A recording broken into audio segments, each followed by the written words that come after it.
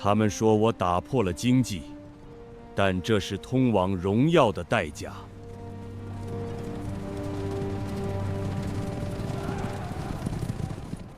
You know, some stories from history, they just don't feel real.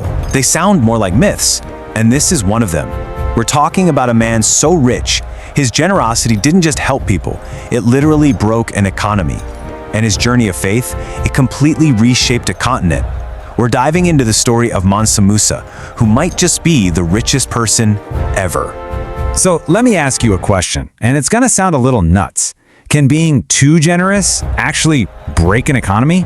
I mean, it sounds completely backward, right? How could just giving away tons of money be a bad thing? It seems impossible. Well, guess what? It's not impossible. In fact, it actually happened. Way back in the 14th century, one man's incredible act of faith and charity did exactly that. It kicked off an economic domino effect that people were still feeling more than 10 years later. And that brings us right to our first stop on this journey, the city of Cairo. Because this is where everything came to a head. It's where Mansa Musa's mind-boggling wealth crashed head-on into the basic laws of supply and demand, and the results were, well, pretty spectacular. Okay, so just look at this. Before Mansa Musa rolled into town, Cairo's economy was doing just fine, humming along on gold. But then, during his stopover on his way to Mecca, he just started giving gold away. So much gold that he completely flooded the market. Just try to wrap your head around that. He was so generous that the actual value of gold, the thing everyone's economy was based on, just tanked. It caused this massive inflation that basically crippled the entire region for over a decade. So, wait, one guy did all that?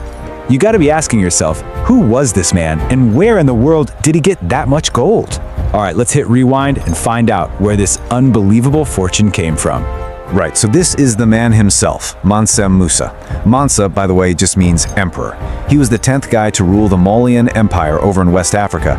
And get this, at its height, his empire was pumping out more than half of the entire world's supply of salt and gold. I mean, his wealth wasn't just big, it was so vast that by today's standards, it's basically incalculable. But here's the thing. This story isn't just about a guy with a lot of cash. It's deeper than that. This quote really nails it. You've got these two massive forces pulling him. This unimaginable, staggering wealth on one hand, and this incredibly powerful faith on the other. And it was that faith, that devotion, that set him on the journey that would change absolutely everything. And what a journey it was. We're talking about his Hajj, the pilgrimage to the holy city of Mecca that's a cornerstone of Islam. But, as you can probably guess, Mansa Musa didn't really do things in a small way. His pilgrimage wasn't just a trip, it was a procession of truly epic proportions. I mean, just look at that number, 60,000 people. And these weren't soldiers marching to war. This was his caravan for a pilgrimage. To put that into perspective for you, that is the size of a small modern city, all moving together on foot across the Sahara desert. It's just insane. You had this whole procession was basically a moving city. You had soldiers for security, you had all the royal attendants, merchants, thousands and thousands of regular people, and then you had the camels, a massive train of them, and each one was carrying hundreds of pounds of pure gold. And what was he doing with it? He was just handing it out to poor people all along the way. So you'd think the story might end there, right? Rich guy accidentally causes economic chaos, the end. But it doesn't. Not even close. In fact, the most important part of his entire legacy, that starts on his way home. This is where he makes a huge shift from just showing off his wealth to actually investing it. And you can see that pivot right here. So after the pilgrimage in 1324, he doesn't just come back with a few souvenirs. No, he comes back with the smartest people he could find. We're talking scholars, poets, architects, the best of the best. And he didn't waste any time. He immediately put them to work, pouring money into building incredible mosques and universities. He basically set out to turn Timbuktu into this legendary hub for knowledge. So here's the real kicker, the key takeaway. That same wealth that completely upended Cairo's economy, he took it and strategically reinvested it back home. He used his unbelievable fortune to turn his cities, especially Timbuktu, into these global powerhouses of learning, culture, and science. He sparked a true golden age for West Africa. All right, so what's the big lesson here? What do we take away from this absolutely wild story? Because it's so much more than just, a history lesson about a rich king. It's this amazing case study on what wealth, power, and legacy are all about.